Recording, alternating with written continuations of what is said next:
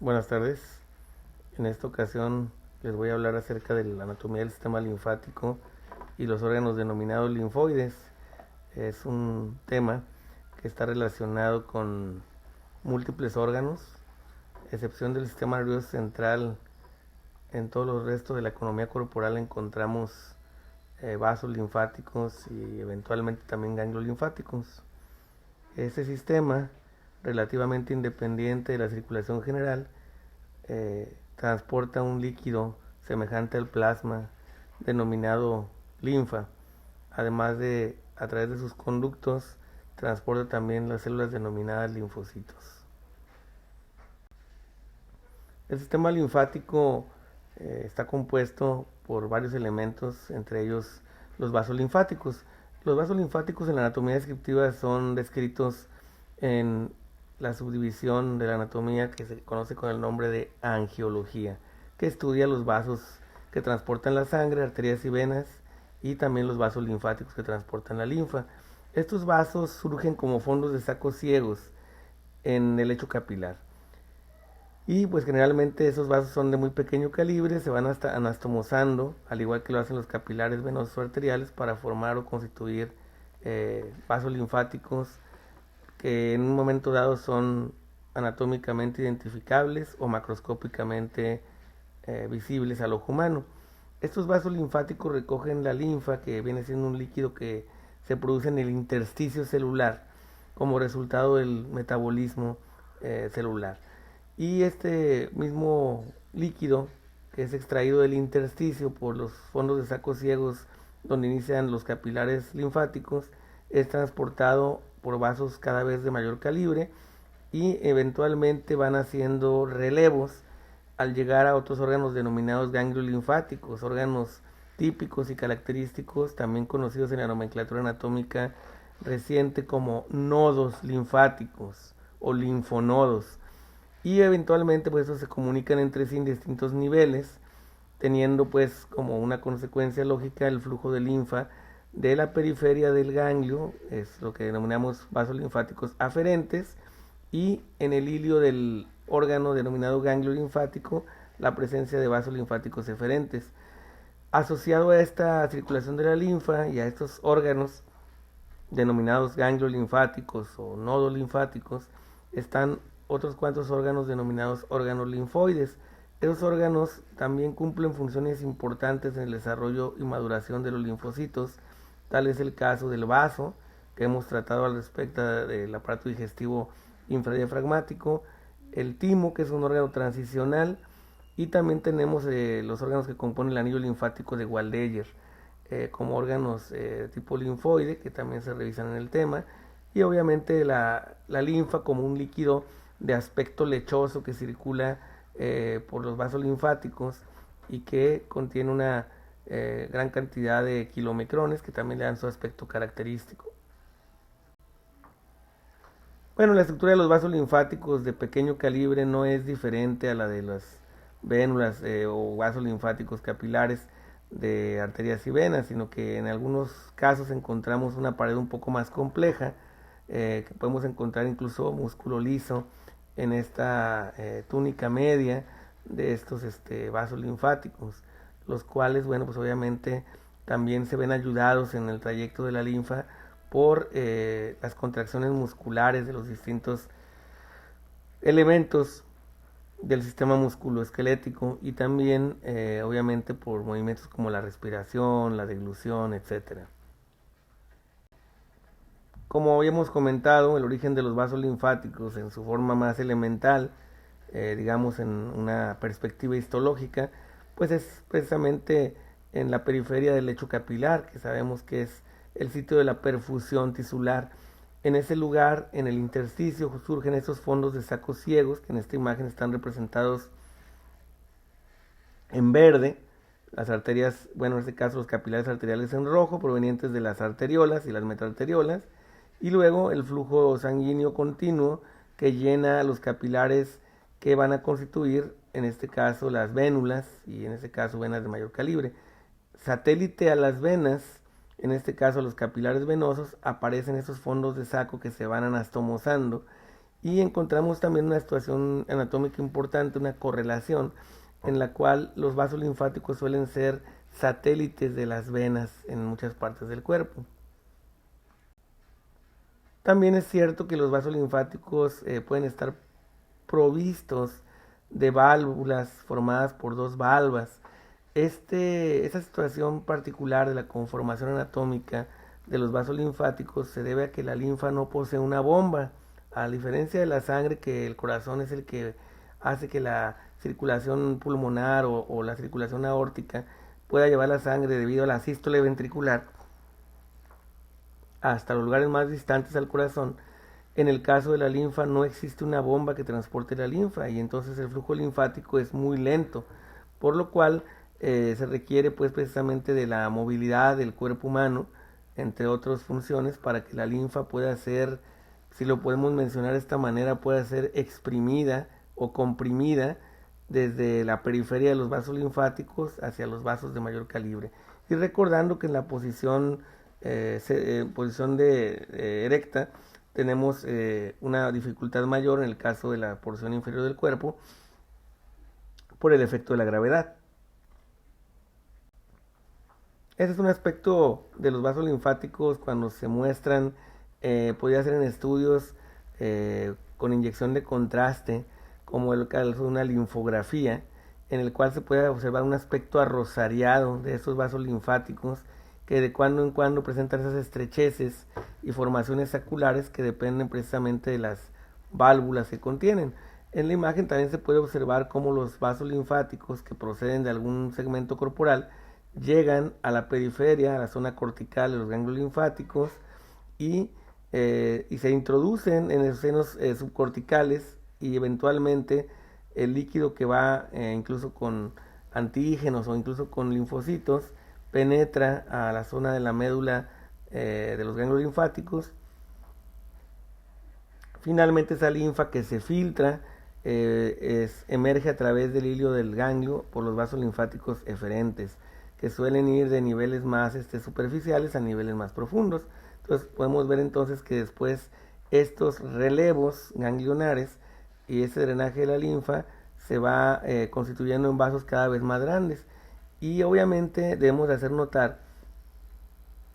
que los vasos linfáticos no son fáciles de ver, a no ser que en algún momento, por ejemplo, en algunos lugares del cuerpo humano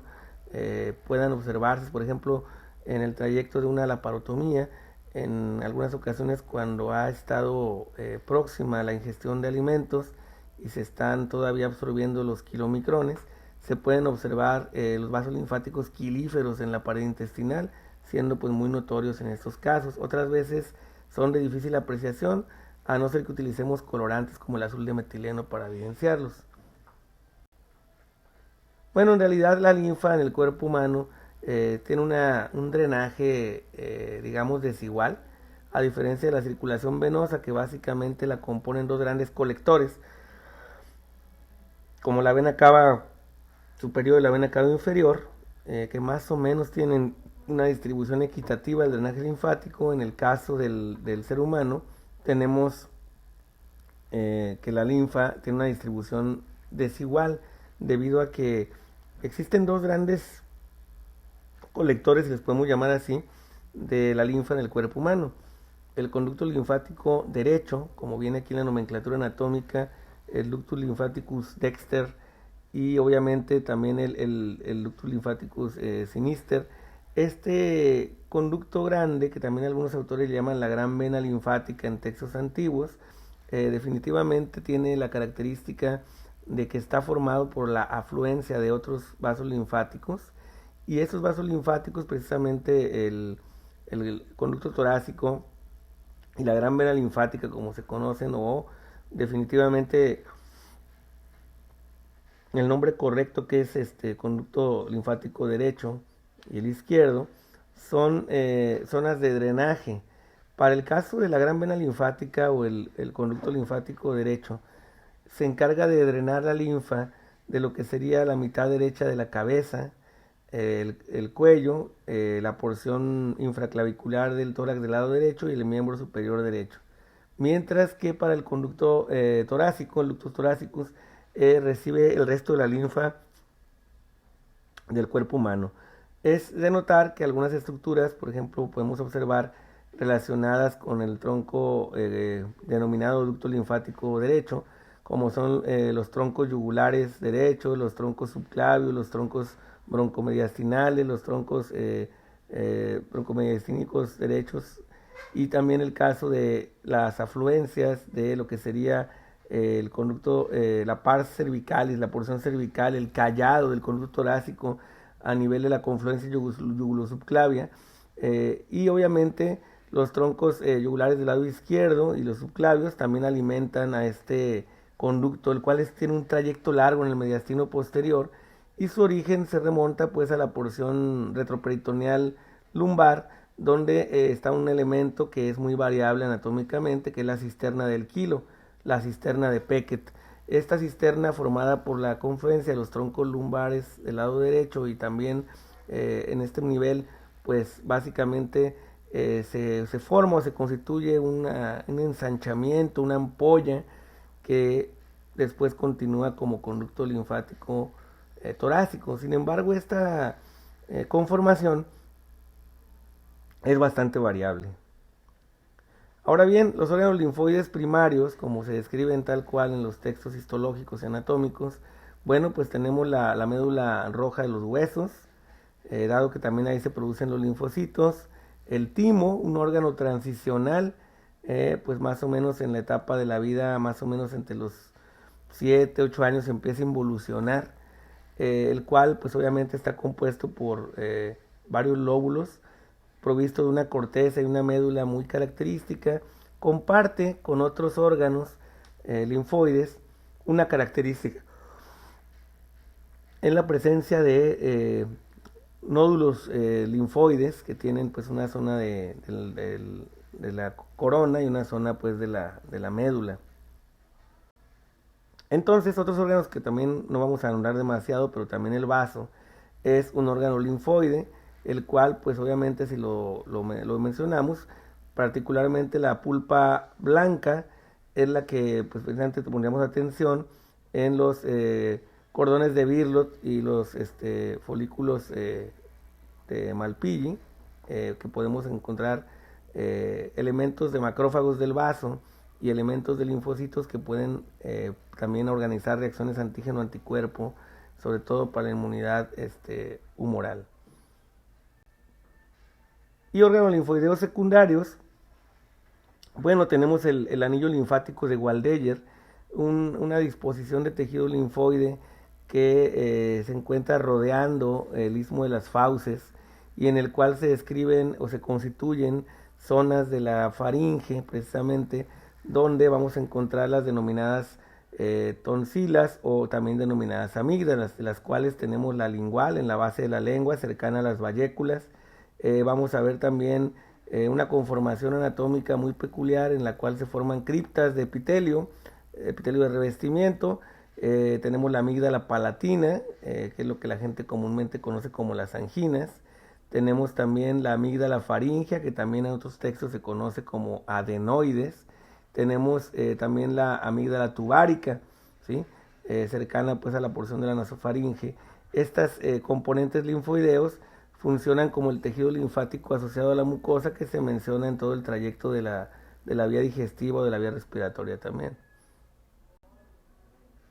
Bueno, los órganos linfoides secundarios, también como los nodos linfoides, nodos linfáticos, linfonodos o propiamente ganglios linfáticos, son estructuras bien diferenciadas, las cuales podemos encontrar en cúmulos, en cadenas ganglionares en múltiples segmentos del cuerpo. Hay zonas donde se concentran más anatómicamente en el cuello, en lo que sería el mediastino, el retroperitoneo, la región axilar, la región inguinal. Ciertamente que las zonas donde más son evidentes cuando aparecen inflamaciones de los ganglios y más accesibles a la exploración física sean el cuello, la axila y la región inguinal. Entonces un nodo linfático o linfonodo, ¿sí?, está provisto pues de una cápsula de tejido conjuntivo, tiene también un hilio donde entra una arteria y sale una vena y también salen vasos linfáticos eferentes y por dentro la cápsula se invagina formando trabéculas que delimitan zonas denominadas senos, y estos senos pues transportan la linfa en la periferia y hasta la zona profunda del ganglio. Entonces los ganglios están provistos de corteza y de médula. Estos ganglios son muy numerosos y tienen el aspecto como de una habichuela, como de un frijol, o pues tiene un aspecto arriñonado, también se menciona como un aspecto arriñonado. Por otra parte, la composición de la linfa, brevemente mencionándolo, es algún líquido muy semejante al plasma. Dice entonces su origen es el ultrafiltrado del plasma que se absorbe desde el intersticio celular, del espacio intercelular, y contiene células, que también la sangre contiene células, pero las contiene en mayor cantidad, y el linfocito viaja a través de los vasos linfáticos y de los ganglios, donde también existe una población constante de linfocitos. Estos linfocitos pues obviamente pueden trascender del ganglio a través de las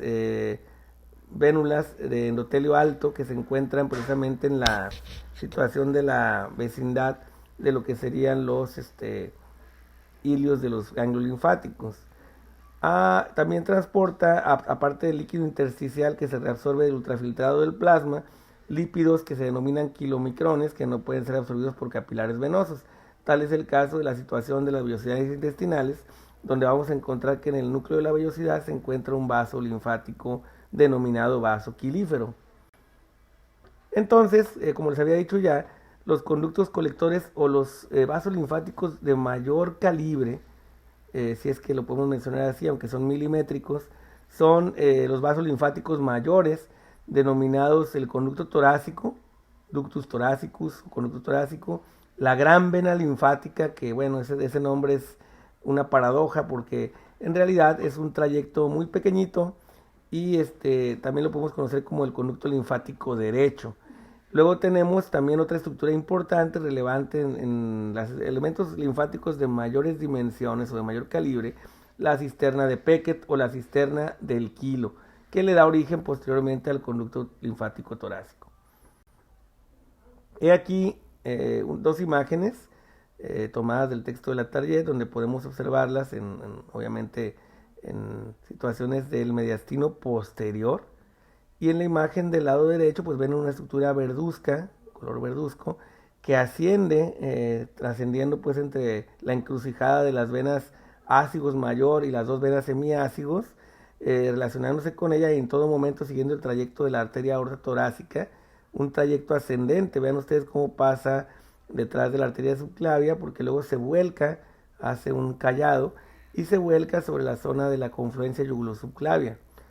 Cabe mencionar que tanto la gran vena linfática o conducto linfático derecho y el conducto linfático torácico del lado izquierdo desembocan frecuentemente en la confluencia yugulosubclavia. Finalmente, estos son los dos lugares donde la circulación linfática se conecta con la circulación venosa. Finalmente, la linfa regresa a la circulación general a través de la anastomosis o la desembocadura de la gran vena linfática del lado derecho y el conducto linfático torácico del lado izquierdo. Aquí tenemos precisamente otras relaciones. Aquí se aísla un poco más la imagen, donde podemos ver precisamente el ascenso de esa estructura blanquecina, se recarga sobre la columna vertebral, y después en la imagen de la derecha vemos como en la región supraclavicular se vuelca formando un callado y desemboca en la confluencia yugulosubclavia, este lugar donde la vena yugular interna y la vena subclavia se anastomosan, y en ese lugar viene a desembocar esa estructura que se ve aquí como en verdecito, es la color verde, que es precisamente el callado del conducto linfático torácico. Aquí tenemos también que para el caso de la gran vena linfática, en contraparte, podemos tener una variabilidad anatómica muy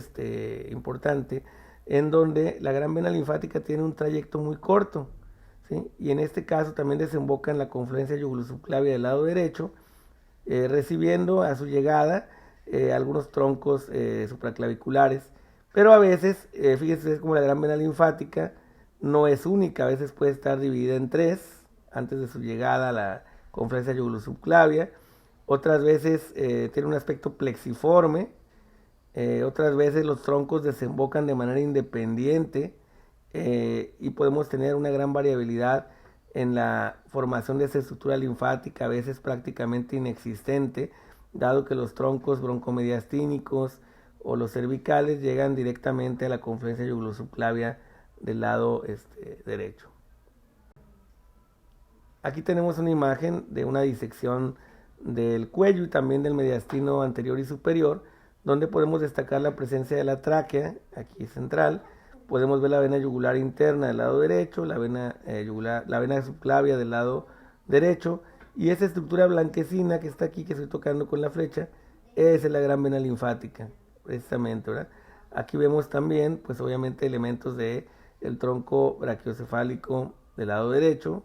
y el del lado izquierdo. Y alcanzamos a ver cómo llega el callado, aquí ven cómo llega el callado del conducto linfático torácico. O sea, en las dos confluencias yugulosubclavias vemos la desembocadura de esa estructura de aspecto blanquecino que se constituyen en los principales colectores o los más grandes del sistema linfático. Finalmente, este es un tema amplio en el cual vamos a hablar más que nada de la ubicación y la localización de los ganglios en el ser humano. Recordemos que el término ganglio, que bueno, en la nomenclatura anatómica ha sido sustituido por el término de nodo linfático o linfonodo para evitar la confusión con los ganglios nerviosos. Bien, entonces tenemos que estos nodos linfáticos, nodi linfoidei, los vamos a encontrar en la cabeza, ¿sí? En el cuello son muy abundantes, en el tórax, tanto en la superficie de la pared torácica como en la profundidad en la región mediastínica, en el miembro superior, en el abdomen, también particularmente abundantes, tanto en el mesenterio como en el retroperitoneo, en la pelvis y en el miembro inferior. Estas son nuestras zonas donde podemos localizar ganglios linfáticos que son de gran interés clínico y quirúrgico. Bueno, en la cabeza, los nódulos linfáticos de la cabeza están distribuidos en muchas regiones, como podrán ver aquí en la diapositiva. Algunos de los que son más relevantes o fáciles de encontrar son el ganglio mastoideo, los ganglios suboccipitales, por ejemplo, que suelen inflamarse en el trayecto de inflamaciones del cuero cabelludo o las vías respiratorias. Aquí tenemos una imagen donde nos presenta algunos ganglios de la cabeza, como los ganglios parotídeos, aquí delante del tragus, y también los ganglios mastoideos o incluso la cadena occipital, que son de los más relevantes. En el caso de, pues obviamente, el drenaje linfático de las estructuras como la piel de la nariz, o la piel de los párpados, estos irán a los ganglios parotídeos, y eventualmente el drenaje linfático de la cara también puede caer sobre zonas del cuello. En el cuello, pues particularmente abundante los ganglios están divididos en niveles. Para el caso de la cuestión anatómica pura, no se habla tanto de niveles, sino de su localización anatómica. En cirugía oncológica hay, o en cirugía de cabeza y cuello, hay una clasificación de niveles ganglionares que los asignan con números romanos y que tienen que ver presente con drenaje de distintos órganos y correlacionados con los procedimientos denominados linfadenectomías, que se asocian con muchas cirugías por cáncer. Entonces tenemos ganglios submentonianos que se encuentran en el triángulo de los digástricos, los submaxilares particularmente abundantes en la región submaxilar, adyacentes a la glándula submaxilar salival, los cervicales anteriores superficiales, tenemos los prelaringeos, algunos de ellos son muy profundos, tenemos las cadenas cervicales laterales, tenemos por ejemplo también los yugulodigástricos, los que van en la cadena de la yugular interna, y finalmente algunos que también tienen que ver con la transición con el tórax, que son los supraclaviculares. Aquí tenemos alguna imagen de Netter donde podemos observar este paralelismo de los vasos linfáticos en relación con el sistema venoso, y es muy frecuente que aparezcan estas formaciones linfáticas. Aquí están esquematizadas en color amarillo y son los vasos que los comunican, y vean ustedes cómo de estructuras más superficiales se van haciendo más profundos los famosos relevos ganglionares, vasos linfáticos eferentes que ahora se convierten en aferentes cuando llegan a un segundo nivel ganglionar. Aquí una imagen de corte coronal posterior que se puede observar en la pared posterior de la faringe para ver los ganglios adyacentes a la región del constrictor superior de la faringe. Ganglios más profundos como los yugulodigástricos, aquí. Y en el caso del miembro superior, bueno, pues vamos a tomar relevancia a la región de la axila. La región axilar es abundante, rica en ganglios linfáticos de gran interés y sobre todo por la accesibilidad en la exploración física. Las nodulaciones que aparecen en la axila siempre hay que descartar que sean una linfadenopatía.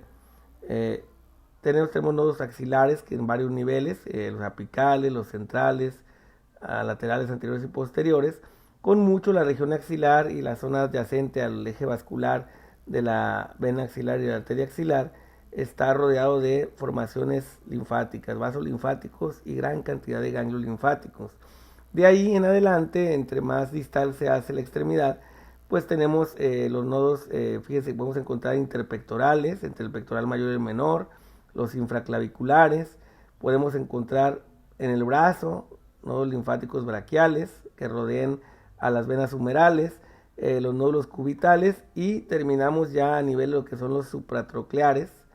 que son los últimos que prácticamente podemos encontrar. Ya más distal ya no encontramos más que una rica red de vasos linfáticos. Aquí podemos ver una imagen de la axila, retraído el pectoral mayor, para observar algunos de los niveles ganglionares que se encuentran en la axila, que esto pues tiene mucha relevancia para la cirugía de mama. Vean cómo los conglomerados ganglionares se colocan cercanos al trayecto de los vasos axilares y descienden con la vascularización como las arterias mamarias interna y externa. A nivel de lo que sería la extremidad superior, conforme se hace más distal, podemos encontrar menos ganglios, pero siempre encontraremos vasos linfáticos en redes superficiales bastante extensas. Como pueden ver el caso aquí, el ejemplo del dedo, como tiene una rica red de drenaje de la linfa, ¿sí? Es una red que, si bien es cierto que sigue más o menos el trayecto de las venas, podemos ver que es mucho más extensa en su superficie que cubre. En el tórax pues tenemos también que no es tan común palpar ganglios en el tórax. Los ganglios parietales no es frecuente que se inflamen, pero tenemos que tomar en cuenta cuando estamos estudiando un paciente que tenga algún nódulo en la pared torácica, que pudiéramos tener, por ejemplo, los ganglios intercostales, que pudiéramos eventualmente palparlos. Por otra parte, los ganglios profundos que se encuentran en el mediastino no son accesibles a la exploración física. Esos ganglios linfáticos de la región profunda mediastínica, ya sean los que rodean la tráquea o los que están sobre el esófago, no son palpables, pero sí podemos apreciarlos en estudios tomográficos contrastados.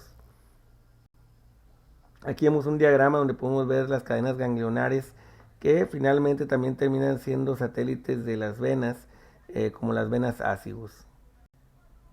Aquí vemos algunos que son mucho más profundos, que rodean a los vasos grandes del corazón, como es el arco aórtico o como es el tronco de la arteria pulmonar. En la tomografía axial computarizada pudiéramos evaluar este diagrama, donde vemos que algunos elementos anatómicos que podemos recordar bien en el mediastino, el esternón, ganglios que se encuentren rodeando a la bifurcación de la tráquea y obviamente a los bronquios, los que rodean al esófago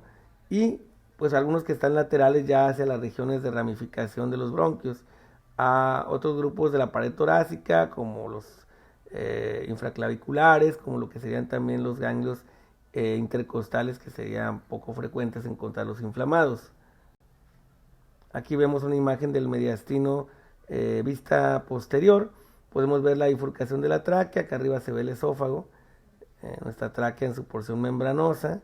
con su inervación y los ganglios linfáticos abundantes rodeando a la vía aérea y también a los elementos venosos y arteriales que van al pulmón o que regresan del pulmón. Otro lugar de gran importancia, de gran concentración de linfonodos es el abdomen, en el cual pues vamos a encontrar también los ganglios parietales, que pues obviamente el abdomen tiene una pared extensa y ven ustedes cómo puede haber lumbares y después empieza a haber ya ganglios profundos. Esos ganglios están generalmente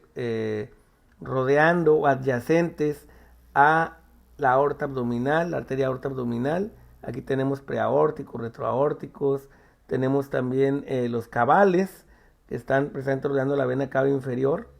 retrocabales, precabales, que son ganglios francamente retroperitoneales. Y bueno, la lista continúa haciéndose muy extensa. Podemos citar ganglios muy específicos, como son los ganglios mesentéricos, que se encuentran en el mesenterio del intestino delgado. Podemos citar a los prepancreáticos, podemos citar también a los ganglios como el ganglio de la vesícula biliar, podemos citar a los ganglios del mesocolon en todas sus porciones, incluso ganglios que se encuentran en el mesoapéndice. Y aquí tenemos una imagen de la cavidad abdominal donde vemos la gran cantidad de nódulos linfáticos que se encuentran en el mesenterio, mismos que posteriormente hacen relevo hacia el retroperitoneo en los ganglios mesentéricos superiores o inferiores. Aquí también vemos que la región de la pelvis es rica en ganglios linfáticos, que vamos a encontrar esta linfa, este tejido linfático va a estar rodeando a los vasos a este nivel, como son los vasos que rodean a las venas ilíacas, a las venas y arterias ilíacas comunes y a las venas y arterias ilíacas derecha e izquierda. Ahí podemos encontrar principalmente los conglomerados ganglionares. Algunos de ellos vamos a encontrarlos más profundos, como los que están rodeando a la vejiga, o los que están pararectales o paravaginales. Finalmente, en el miembro inferior vamos a encontrar también un concentrado muy importante, sobre todo en la región del triángulo femoral, sitio donde cuando aumentan de tamaño es muy factible que los podamos palpar, cuando hay una linfadenopatía inguinal. Vean ustedes cómo tenemos inguinales superficiales y profundos, tenemos los que están adyacentes a la porción medial de lo que sería el orificio femoral, ahí a nivel del ligamento de Gimbernat, el ganglio de Cloquet, y obviamente de ahí en adelante nos vamos yendo hacia la zona de lo que sería el hueco popliteo, que también podemos encontrar bastantes ganglios rodeando a la vena poplitea, y luego tenemos los tibiales anteriores, los posteriores y finalmente los fibulares, para ya después ya no encontrar tantos nódulos linfáticos. Aquí vemos la extensa red de vasos linfáticos, vean cómo por cada vena de las que vemos aquí vemos, no sé, hasta 10 linfáticos, y van ascendiendo. Ese es un trayecto difícil porque ahí no hay una bomba, como ya hemos dicho, que la linfa se va a drenar en base a los movimientos de los músculos que al contraerse van a colapsar la pared de estos vasos linfáticos y van a favorecer, ayudados por las válvulas, que el flujo de la linfa ocurra de forma de la porción caudal a la porción cefálica, sobre todo cuando estamos en la posición de pie, ¿no?